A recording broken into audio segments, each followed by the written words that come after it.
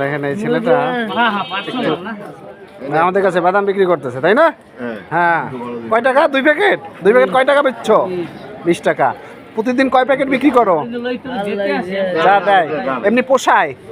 এই তো গুড, আলহামদুলিল্লাহ। তুমি তো ভালো কাজ করো, কর্ম করে খাচ্ছ।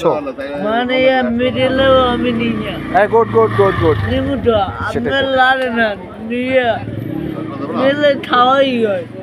আমি নেওয়া ভালো না, নিলে আল্লাহ যদি বেঁধে রয় তাই মানে চাইবে দিতে আমি মনে মনে চাইবে বলার আমি ভালো ইয়াদি সেটাই, আমি কর্ম করে খাও।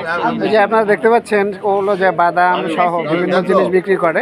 সে বলেছে সে এমনি নিবে না, সে কাজ করে খাচ্ছে, ব্যবসা করে খাচ্ছে, হালাল ভাবে খাচ্ছে। গুড। মানে তুমি মারলই যাই বাসায় নিলে খাওয়া যায় না।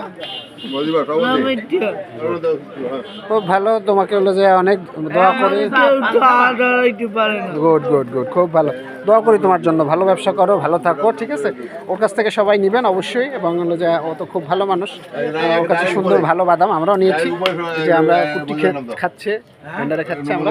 ঠিক আছে, যাও।